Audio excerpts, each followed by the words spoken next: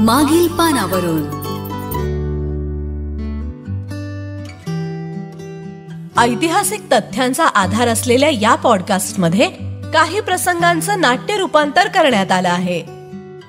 नमस्कार. मागील पानावरूनच्या आजच्या भागात मी ओंकार आपल्या सगळ्यांचं मनपूर्वक स्वागत करतोय. शिक्षणानं माणूस सुजाण बनतो असं म्हणतात. हो, बरोबर आहे. आणि पर्यायानं समाजाचा विकास होतो, त्याचं चलनवलन नीट राहायला मदत होते. आता हे सगळं माणसाच्या हिताचं आहे आणि म्हणूनच जगभरच्या समाजसुधारकांचा इतिहास बघितला तर अनेकांनी तळागाळापर्यंत शिक्षण पोहोचवण्यासाठी आयुष्यातली शक्ती खर्च केलेली आहे आणि ती एका अर्थानं समाजाची उभारणीच आहे. असेच एक द्रष्टे समाजसुधारक, अर्थात फक्त समाजसुधारक नाही तर वेगवेगळ्या क्षेत्रात ज्यांनी अत्यंत उत्तम काम केलं असे नामदार जगन्नाथ उर्फ नाना शंकर शेठ यांच्या शिक्षणविषयक कार्यातला एक छोटासा भाग आजच्या पॉडकास्टमध्ये तुम्हाला ऐकायला मिळणार आहे. आता लक्षात घ्या बरं का, 19व्या शतकातला काळ आहे आणि या काळात अनेक ब्रिटिश अधिकारी हे कधीकधी ब्रिटिशांच्या राजनीतीला सोयीचं पडेल म्हणून काही धोरणं राबवत होते. तर त्यापैकीच एक मोठे अधिकारी म्हणून माउंट स्टुअर्ट एल्फिन्स्टन यांचं नाव घेतलं जातं. आता एल्फिन्स्टन यांना शिक्षणाचं महत्त्व कळलं होतं, अर्थातच राजकीय स्वार्थ म्हणून, पण त्यांना थोडी कणव पण होती या समाजाबद्दल, इथल्या लोकांबद्दल. आणि मग त्यांनी असं ठरवलं की भले आपलं राजकीय धोरण असेल पण त्यातनं अनेकांचं चांगलं होणार आहे, त्यांच्या आयुष्यात शिक्षणाने एक वेगळी दृष्टी मिळणार आहे याची त्यांना थोडीशी का होईना खात्री होती. आणि याच कामासाठी त्यांनी एतद्देशीयांचं म्हणजे इथल्या लोकांचं पण सहाय्य घ्यायचं ठरवलं. आणि त्यापैकीच एक होते तरुण तडफदार असे नाना शंकर शेठ.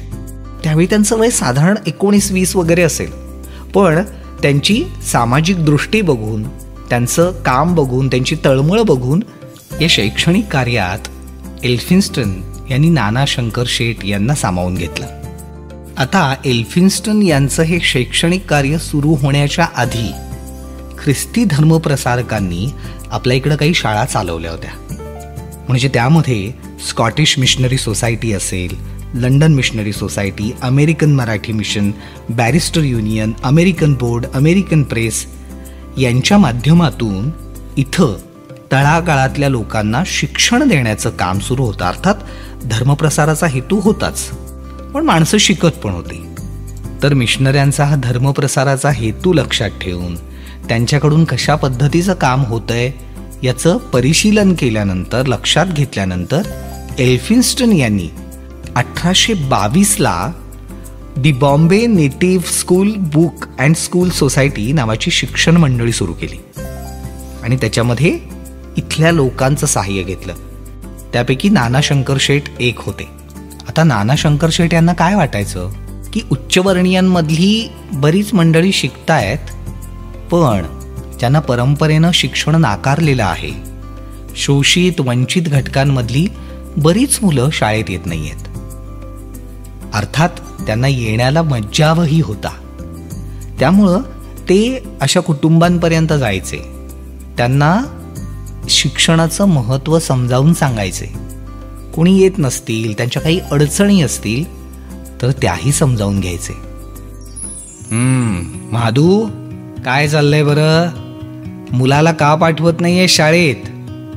अहो नानाजी, या की, गरीबाच्या घरी तुमचं पाऊल लागलं.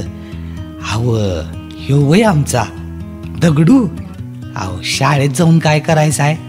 आता थोड्या दिवसात माझ्या बरोबर हमाली करेल की 2 पैक घरात येतील. महादू, तुला बरं वाटतंय का रे मुलानंही तुझ्यासारखं अशीच हमाली करावं?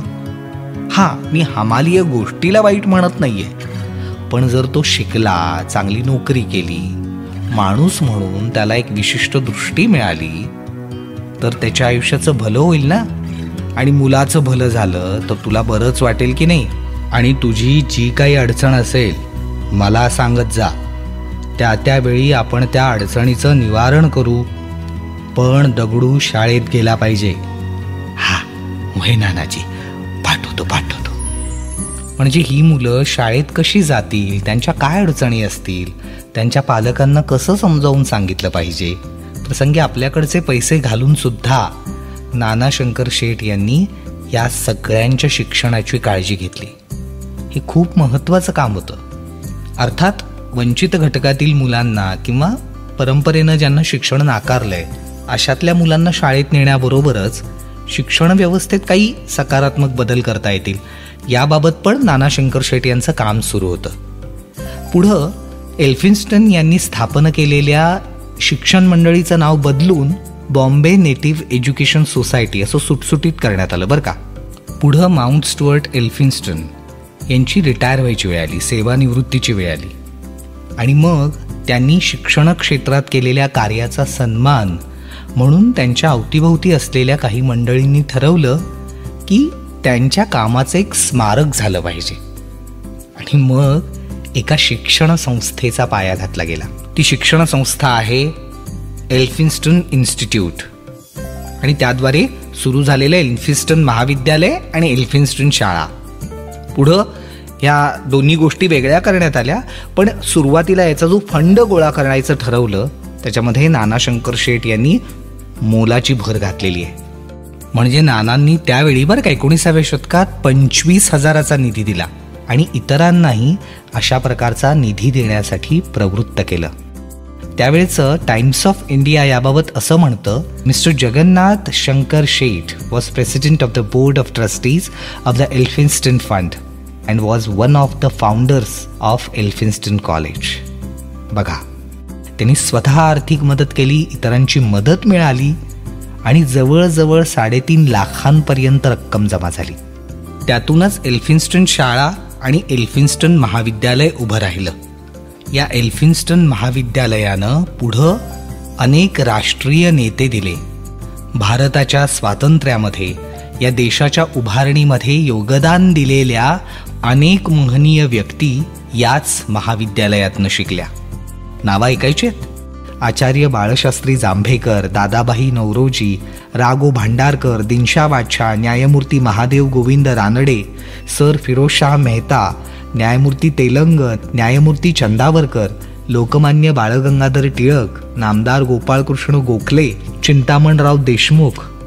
तर अशी भारताच्या स्वातंत्र्यामध्ये अमूल्य योगदान दिलेली नररत्न म्हणूया ती या महाविद्यालयातनंच बाहेर पडली. आता तुमच्या लक्षात आलं असेल नाना शंकर शेठ यांचं शिक्षण क्षेत्रातलं कर्तृत्व केवढं मोठं आहे.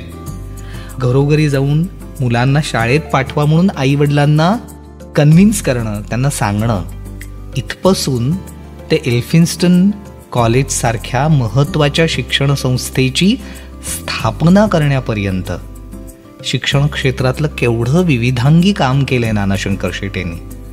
अर्थात हा त्यांच्या मोठ्या कामातला एक छोटा भाग आहे. मागील पानावरून या आपल्या पॉडकास्टमध्ये नाना शंकर शेठ यांच्या इतर कामाबद्दल पण आपण जाणून घेऊ.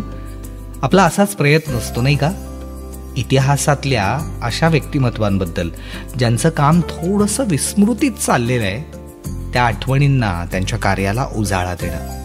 भेटूया मागील पानावरूनच्या पुढच्या भागात. नमस्कार. मागील पानावरून